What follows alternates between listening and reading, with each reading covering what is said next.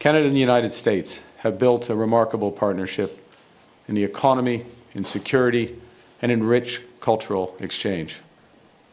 But Canada doesn't live because of the United States. Canada thrives because we are Canadian. Canada doesn't live because of America.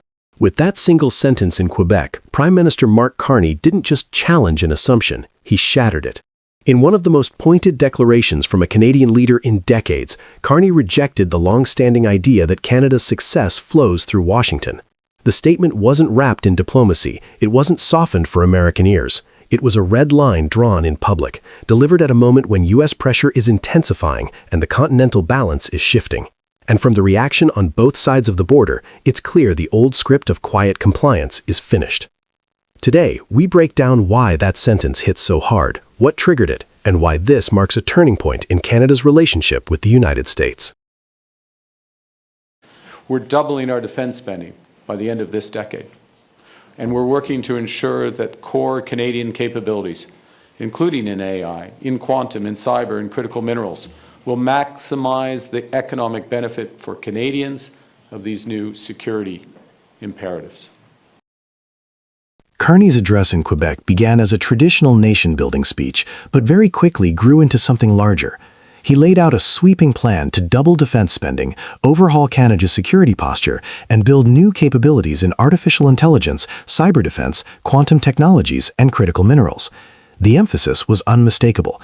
These investments were not extensions of U.S. strategy, but expressions of Canadian strength. Then came the moment that froze the room. Carney acknowledged the long partnership with the United States, but followed it with the blunt reminder that Canada does not exist because of America, that Canada thrives because Canadians built a country capable of standing on its own. The timing made it even more powerful. Over the past month, President Donald Trump has escalated tariff threats, pushed aggressive rhetoric over Greenland, and publicly dismissed Canada's positions at Davos. As a gesture of contempt, he even withdrew Canada's invitation from his so-called Board of Peace, a symbolic panel he unveiled during the forum. So when Carney spoke in Quebec, the speech no longer felt theoretical. It felt like a response to an unfolding confrontation. Reactions were immediate. American commentators described the line as arrogant, while Canadian polls showed a surge of support for Carney's firmer stance. The Quebec Declaration, intended or not, became the center of a new continental dispute. For decades, Canada's foreign policy vocabulary revolved around partnership, alignment, and a quiet reliance on American power. Carney's tone marked a break with that tradition. By stating outright that Canada does not live because of America, he signaled a shift toward strategic independence at a time when the U.S. is less predictable than ever. The tension has been building for years. Tariff battles, supply chain coercion, Buy American rules, auto sector reshoring, and fluctuating border policies have made long-term cooperation harder to count on.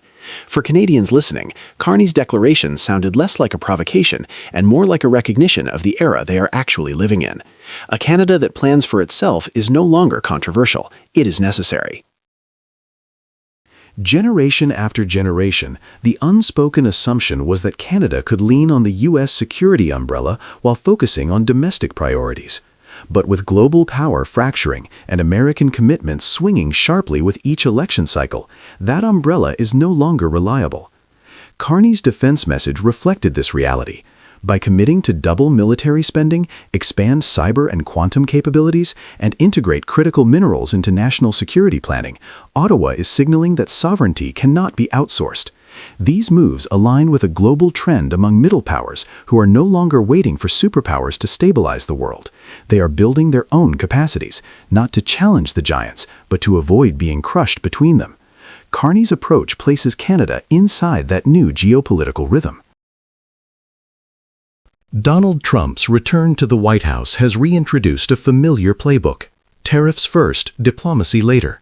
His administration has threatened sweeping duties on allies over disputes ranging from Greenland to auto production. He has celebrated U.S. companies pulling out of Ontario and relocating to Midwestern states, and he has repeatedly downplayed Canada's relevance in North American economic strategy. Carney did not mention Trump by name in Quebec, but his message was unmistakably directed at this dynamic. By asserting that Canada does not depend on America for its survival, he challenged the emotional core of Trump's worldview, the assumption that allies must show gratitude, obedience, and strategic alignment as the price of access to the U.S. market. Washington understood the subtext, and judging from the swift backlash, it struck a nerve. Across the country, attitudes toward the United States have changed dramatically. The once unshakable belief that the U.S. was Canada's stable anchor has eroded after years of policy shocks and political polarization south of the border. Canadians have watched supply chains threatened, tariffs weaponized, and long-standing agreements tested in ways that would have been unthinkable a decade ago. Carney's line resonated precisely because it captured this mood. It reflected a public that wants more self-reliance, more economic diversification, and more insulation from American unpredictability. The Quebec speech put words to a sentiment many Canadians already held, that the country must chart a path that is cooperative with the U.S. but not dependent on it. A Canada that refuses to be pressured is harder for Washington to control, and that is the underlying tension coloring the entire response. If Canada strengthens its defense sector, builds autonomous technological capacity, expands its trade networks, and becomes less vulnerable to American threats, then U.S. leverage shrinks, not because Canada is suddenly a military giant, but because the U.S. is no longer guaranteed to receive automatic alignment. Carney's statement, simple as it was, reframed the balance of power. It declared that partnership must be mutual, not conditional, and that Canada is prepared to walk its own path. Carney's declaration in Quebec wasn't just a patriotic flourish. It marked the end of an era in which Canada apologized for its independence. It sent a message to Washington that cooperation must be earned, not assumed. And it told Canadians that their country is strong enough to act on its own behalf. The world heard it, the U.S. reacted to it, and Canadians, for the first time in a long while, seemed ready for it. The real question now is what comes next. If Canada no longer lives because of America, then how will America respond to a Canada that stands taller than before? And in a North America shaped by rivalry, tariffs, and shifting alliances, how long can the old assumptions survive? We begin with news today that the federal government and Alberta seem to be moving closer to a deal that could include the possibility of a BC oil pipeline. I'm told by a senior government official that, of course, the number one demand of Alberta all along has been a new oil pipeline to northwest British Columbia. I'm told Carney is open to the idea of actually moving forward on this project, and there could be some language in that MOU that actually suggests there's a path forward, that they could maybe lay out how they could get to construction on this pipeline. Canada just took a step that rewrites its entire energy future. With new C5 nation-building powers, Ottawa is now prepared to grant tanker exemptions on the North Coast, a move that would have been politically unthinkable under Justin Trudeau. And with that single decision, Canada has opened the door for a brand new Alberta to Pacific pipeline that could send Canadian oil directly to Asia, bypassing the United States for the first time in modern history. What we're witnessing is Canada breaking free of old taboos and acting like the energy superpower it has always claimed to be. Yeah, we're learning that Prime Minister Mark Carney and Alberta Premier Daniel Smith are moving closer to a deal, a grand bargain, if you will, on the province's energy sector. The deal could be in hand in a matter of days, frankly. Both sides are feeling quite positive about where things are at this point in time. They want to have an MOU specifically on what it means for the oil patch and what it can do, what the feds can do to help maybe expand oil exports. Over the past several days, Prime Minister Mark Carney and Alberta Premier Danielle Smith have moved unexpectedly close to a memorandum of understanding that could reshape Canada's energy map. The two governments are finalizing a framework that would allow construction of a new pipeline toward the northwest coast of British Columbia, something that has been blocked for years. The breakthrough comes from a broader bargain. Ottawa is willing to consider exemptions to the tanker ban that has locked the North Coast since 2019. In exchange, Alberta is being asked to commit to long-term industrial carbon pricing and support for carbon capture infrastructure. This is not a single policy shift, but an entire recalibration of the federal-provincial relationship. For the first time in more than a decade, Alberta and Ottawa are moving in the same direction, and both sides appear confident they are within reach of a deal. British Columbia remains the major obstacle. Its government has signaled deep concerns, and Indigenous consultation will be extensive. Several Liberal MPs from coastal ridings have voiced hesitation as well. But the fact remains, Ottawa is now willing to pursue a Pacific corridor, something that federal politics had long treated as off-limits. The tanker ban was once treated as untouchable, a permanent wall between Alberta's landlocked oil and the world's fastest-growing energy markets. Under Trudeau, it was more than a policy. It was a political identity. But Mark Carney is governing with a different vision. Instead of clinging to symbolic gestures, he is leaning on C5, the new nation-building legislation that gives Ottawa authority to advance projects of strategic national significance. Exempting tankers under C5 isn't a rejection of environmental values, it's a recognition that a mature country can protect its coastlines while still building the infrastructure needed to sustain a modern economy. Canada is not abandoning environmental commitments, it is abandoning paralysis. That is a crucial difference, and a sign that Canada is finally learning how to balance energy security with climate ambition. The possibility of a Pacific pipeline is transformative because it gives Canada something it has never had: direct access to Asia without going through the United States. For decades, Washington has benefited from a near monopoly on Canadian heavy crude. U.S. refineries are literally built for it. Even now, according to the U.S. Energy Information Administration, almost 70% of America's imported crude comes from Canada. That dependency has given the U.S. enormous leverage that Donald Trump has tried to weaponize through tariffs, threats, and political pressure. A pipeline to the Pacific would break that reliance. It would open the Asian market, one that is expanding far faster than America's, and give Canada bargaining power it has never enjoyed.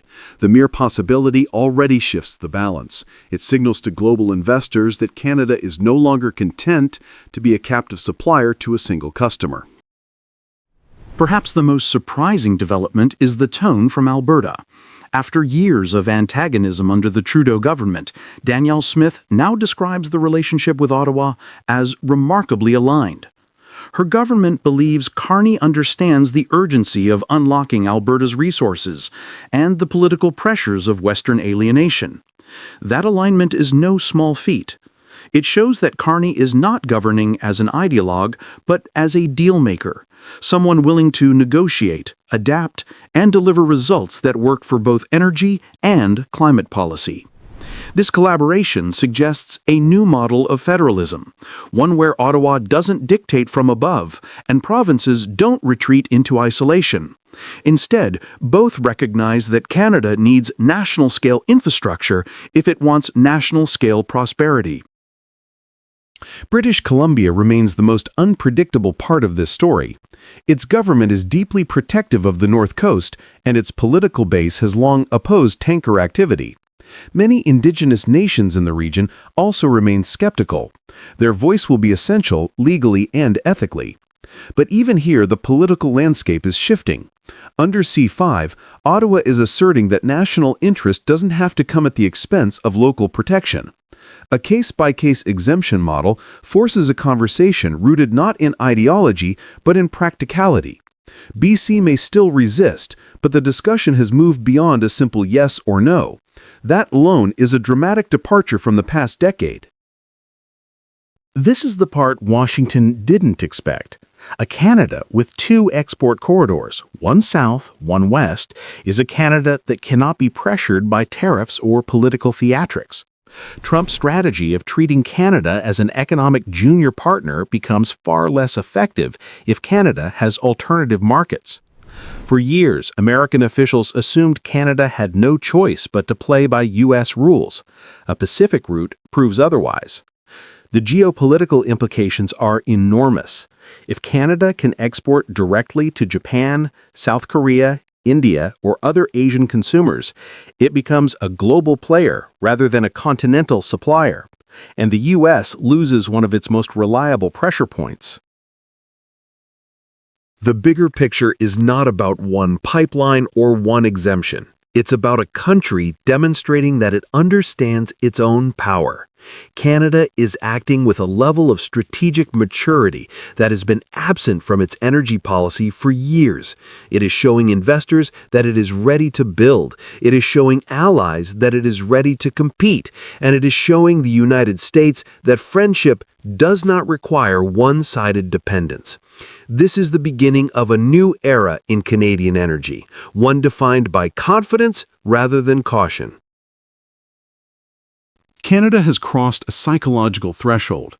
By opening the door to tanker exemptions and entertaining a Pacific pipeline, the Carney government has moved the country into a new strategic position. Canada is no longer frozen by its own taboos. It is no longer trapped by a single export route. It is no longer content to let other nations, even the United States, define its limitations. The question now is whether Canada will seize this moment fully or retreat into old habits. The next decisions will determine whether this becomes a turning point or a missed opportunity. But one thing is certain: Washington is paying attention, and so is the rest of the world. The transmission line alone has the potential to create $10 billion in new economic activity in this area, while reducing emissions by up to 3 million tons annually. It's such a big deal to BC. If you can't get electricity to a mine, then you don't have a mine. Just 75% of Canada's known copper reserves, and gold, and silver, and other critical minerals. There are several existing and proposed mines in the area, including Red Chris. Canada just sent a shockwave through North America's energy landscape. By unlocking access to nearly 3/4 of the nation's copper reserves, Canada is positioning itself as one of the world's most important suppliers of the metal that powers the entire clean energy revolution. Meanwhile, the United States under President Donald Trump is marching backwards, dismantling renewable projects and dragging its energy policy back into the 1980s. The contrast is unmistakable. Canada is engineering the economy of 2035, while America is rewinding itself to 1985. The breakthrough comes from British Columbia, where the federal government and Premier David Eby have fast-tracked the North Coast Transmission Line, now classified as a nation-building project. This massive energy corridor will stretch hundreds of kilometers across BC's northern interior, linking hydroelectric power from the coast to some of the most mineral-rich land in the country. Up in that region lies roughly 75% of Canada's confirmed copper deposits. These are not speculative estimates, but verified reserves needed for the global build-out of electric vehicles, batteries, charging stations, transmission systems, and large-scale solar and wind installations. The new line will allow mines to open, expand, and operate using clean electricity rather than diesel, giving Canada a competitive edge other producers simply cannot replicate. Premier Eby has publicly stated that this project is so essential that he is willing to stake his government on its success. The Canada Infrastructure Bank has already committed major funding, and construction is expected to begin by summer. Ottawa sees this as one of the most consequential economic projects in a generation, and provincial leaders agree. Copper is no longer just a metal. It is the backbone of every modern energy system. A single electric vehicle requires several times more copper than a traditional gasoline car.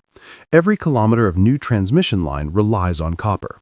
Solar farms, wind turbines, battery storage facilities, and next-generation data centers all depend on it. Global agencies like the International Energy Agency and major financial institutions have warned that the world is heading toward an acute copper shortage that will last for years. Canada is acting before that shortage becomes a crisis. By electrifying BC's mineral corridor with clean hydropower, Canada is creating a mining ecosystem that is not only abundant, but also low emission and globally competitive. This positions the country as a premier supplier in a world that will soon be desperate for stable, ethical, low-carbon copper. While others are scrambling to secure supply, Canada is quietly securing its future.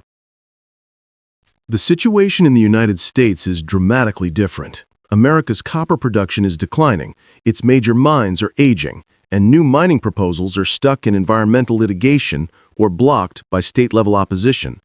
At the very moment the U.S. needs more copper than ever to power electric vehicles, rebuild its aging transmission grid, and support surging AI-driven energy demand, the country is running short. Making matters worse, Trump's policies are stripping away America's renewable infrastructure faster than the market can replace it. Reuters recently confirmed the cancellation of more than $600 million in federal support for offshore wind. AP News reported that multiple states are now suing Washington for obstructing clean energy development. Investors warn that the U.S. is losing ground in both grid modernization and renewable deployment, two areas where copper demand is skyrocketing. This is the paradox of Trump's second term. America is weakening the sector that needs minerals the most, while simultaneously doing nothing to secure the minerals required to revive it. It is a strategy locked in the past, designed for the energy politics of the 1980s, not the realities of a decarbonizing world. Canada's strategy is much more coherent. The country already supplies most of America's crude oil imports, and that position gives Canada enormous leverage in energy diplomacy. Now, by expanding transmission infrastructure, scaling hydro capacity, accelerating critical mineral extraction, and integrating First Nations directly into major projects, Canada is building an energy system that is cleaner, more resilient, and more future-proof than almost any other developed nation. These shifts do not happen in isolation. They reinforce each other. Clean power enables clean mining. Clean mining strengthens export markets. Export markets fund further infrastructure. Infrastructure attracts investment from allies looking for stable, democratic suppliers. Canada is constructing a long-term industrial ecosystem while the U.S. is tearing down its renewable foundations. In the background, China continues to dominate the global copper processing and refining market. The U.S. has no immediate path to compete. That reality makes Canada even more important, because if Washington wants secure, low-risk copper from a trusted partner, it will eventually have to look north, regardless of Trump's rhetoric. Canada's advantage becomes undeniable as the world races to electrify. Grid upgrades, battery plants, and clean steel projects in Europe and Asia all demand vast amounts of copper, and few democracies can supply it at scale. Canada can, and with the North Coast transmission line, it can do so cleanly. Investment is already shifting north. Capital is flowing into Canadian mineral projects and hydropowered industrial hubs because they offer stability and low geopolitical risk. While the U.S. battles over permits and weakens its renewable sector, Canada is winning the confidence of industries planning decades ahead. The widening gap reflects intention, discipline, and a long-term strategy the U.S. simply no longer follows. Every major transition in the global economy is marked by a resource shift. Coal once shaped empires. Oil reshaped geopolitics. Critical minerals like copper, nickel, lithium, and rare earth elements are shaping the next chapter.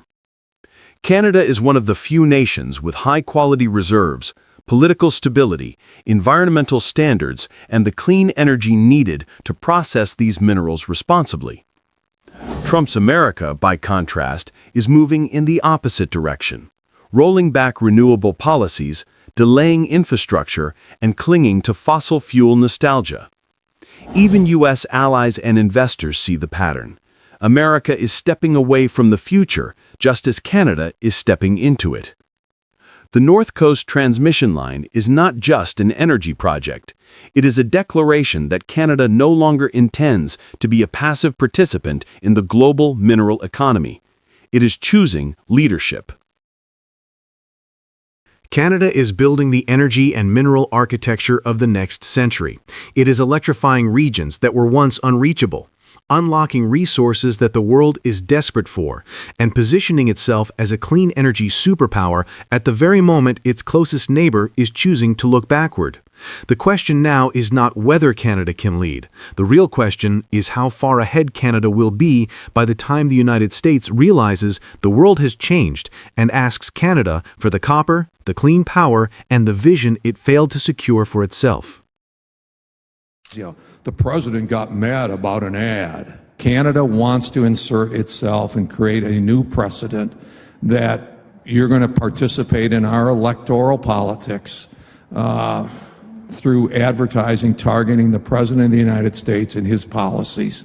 I would suggest that you seriously consider whether that is the best way to try to achieve your objectives in the United States of America.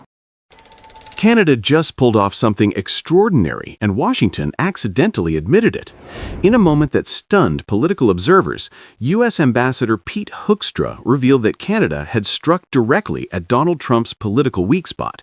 A single advertising campaign from Ontario rattled Trump deeply enough that his own ambassador stepped in front of cameras and told Canada, almost pleadingly, "Don't ever do that again." This wasn't a diplomatic warning. It was a confession, and it tells us everything about where the power actually lies in today's Canada-US standoff. The scene was the Canadian Manufacturers and Exporters Conference, where Hoekstra addressed questions about the ongoing breakdown in Canada-US trade talks.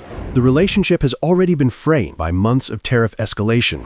President Donald Trump, now in his second term, has doubled down on his America First economic playbook.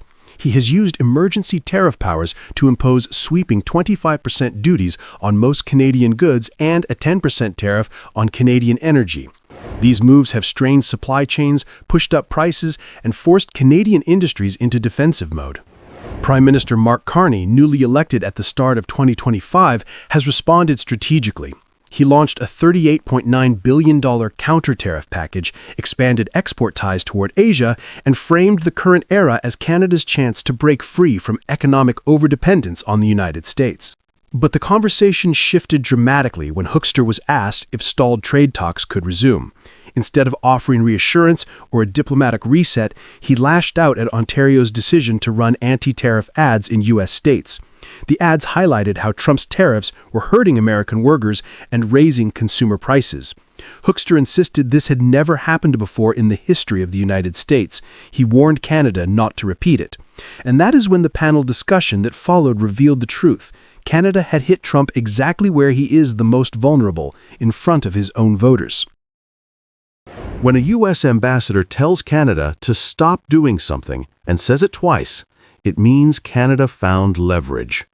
Hoekstra could have brushed off the ads as inconsequential. Instead, he treated them like an act of war. His warning wasn't about election integrity or diplomatic norms. It was about fear. Fear that Canada had tapped into Trump's political insecurity. Analysts on CBC News put it plainly. The moment you take your case directly to Republican voters, you hit Trump's weak spot. That line says everything.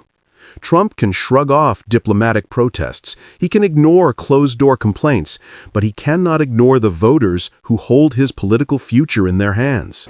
By bypassing Washington and talking directly to the American people, Canada disrupted his carefully controlled narrative.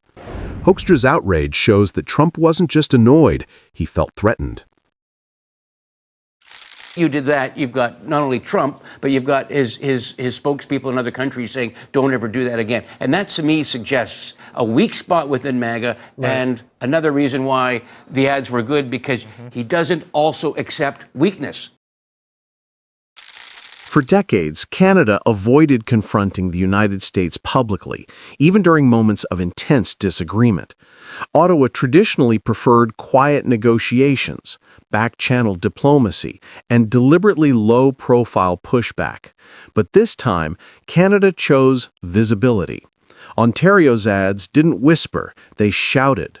They told American workers that Trump's tariffs were destroying their jobs, raising their costs, and hurting their farms and factories. The U.S. could live with Canada complaining to diplomats. What it could not tolerate was Canada going over its head and speaking directly to American voters. Ottawa sent a message. Canada isn't a 51st state. Canada isn't afraid. Canada is willing to fight where it counts. Hoekstra's reaction revealed the scale of that impact. He behaved less like a diplomat and more like someone caught off guard, frustrated, and scrambling to contain political damage. It was not the response of a confident superpower. It was the response of a government that realized Canada had found a pressure point. Hoekstra also claimed that Canada should aim to join the lowest tariff bucket, pointing to the 10% tariff baseline in the recent US-UK trade arrangement. He presented this as the best Canada could hope for. But experts on the panel immediately clarified that this was not a prize, it was a trap. Even the UK is unhappy with its deal, and several countries that signed early agreements with Washington have publicly expressed regret. A 10% tariff may sound modest, but it excludes critical sectors like steel, aluminum, autos, and lumber, the very industries that shape Canada's economic identity. This is why Carney's government is refusing to rush. Ottawa is waiting for the U.S. Supreme Court's ruling on Trump's tariff powers, waiting to see how Congress reacts, and waiting to determine whether Trump's policies can withstand pressure from his own voters and business leaders. Canada has no reason to sign a deal on Trump's timeline. The longer Canada waits, the more leverage it gains. Observers noted that Hoekstra did not speak like a calm diplomat representing a stable administration. Instead, he sounded irritated and emotional. Analysts compared him to the cranky uncle, the opposite of what the U.S. usually sends to Ottawa. During previous diplomatic tensions, including the lead-up to the Iraq War under George W. Bush, ambassadors never displayed this level of frustration publicly. So why now? Why this tone? Why this imbalance? Because this time, the United States is under pressure. Trump's tariff war has raised consumer prices, rattled markets, upset farmers, and sparked internal Republican backlash. Canada's decision to expose these weaknesses through targeted ads magnified that internal pressure. Hoekstra's frustration is a sign not of strength, but of strain. As one analyst said during the panel, Trump respects strength, he doesn't respect weakness. Canada finally displayed strength, and Washington reacted exactly as you'd expect when confronted with something it doesn't control. The Canada of today is not the Canada of a decade ago. Under Mark Carney's leadership, Canada has developed a clearer, more strategic foreign policy, one defined by independence, diversification, and self-confidence. Carney has framed the current moment as the end of an era of quiet dependence on American markets. Instead of simply pleading for tariff relief, Canada is expanding its economic relationships in Asia, deepening ties with South Korea and Japan, and positioning itself as a clean energy superpower. Hoekstra's reaction signals that this shift is being noticed. Washington realizes Canada is no longer playing a supporting role. And Trump's team knows that Canada has discovered a new tool, one that hits them exactly where it hurts most. Pete Hoekstra didn't mean to reveal anything, but he revealed more than any official briefing or press conference could. He confirmed that Canada has leverage over Trump. He confirmed the targeted political messaging worked. And he confirmed that Washington is nervous about Canada using that strategy again. The question now is simple. Will Canada continue to press that weak spot, or will it back away just when the strategy is beginning to reshape the dynamic between Ottawa and Washington?